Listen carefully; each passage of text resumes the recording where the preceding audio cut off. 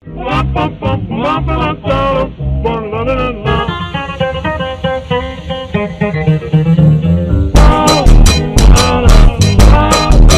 the mouth. No. Ngayon mga bossing, turuan ko kung paano maglagay ng ankle breaker sa NBA 2K. Una, buksan nyo itong JD mode, tapos punta kayo sa ADDR point, tapos grip, pinut nyo, tapos refresh. Tapos lalabas lahat ng files dyan, ng mga mod. Yan, hanapin nyo ankle breaker, yan. Tap nyo sa execute. Yung link niya dyan sa comment. Dalawa yan, para maging maayos. Pindutin nyo ulit, tapos execute. Tapos yan, gagana sa lahat ng Bossing, kamusta ang buhay-buhay? Ngayon para tuturuan ko para mag-add ng file sa NBA 2K Files JD mod. Yan. Punta lang kayo sa Play Store, tas hanapin niyo yung search niyo yung app na Zarcaver.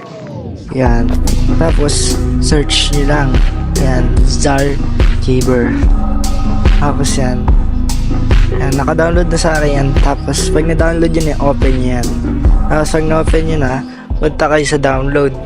Yung kunyari na-download kayo na files para i-add nyo sa NBA to kunyari example to 99 overall, a-add natin yan.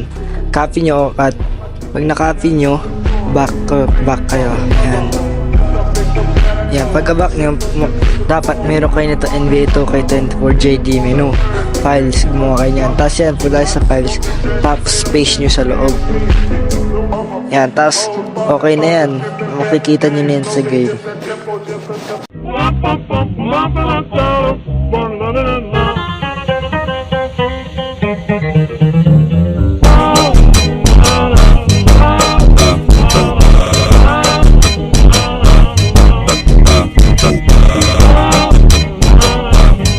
É o DJ Oliveira original que tá tocando. As mina pira quando os mano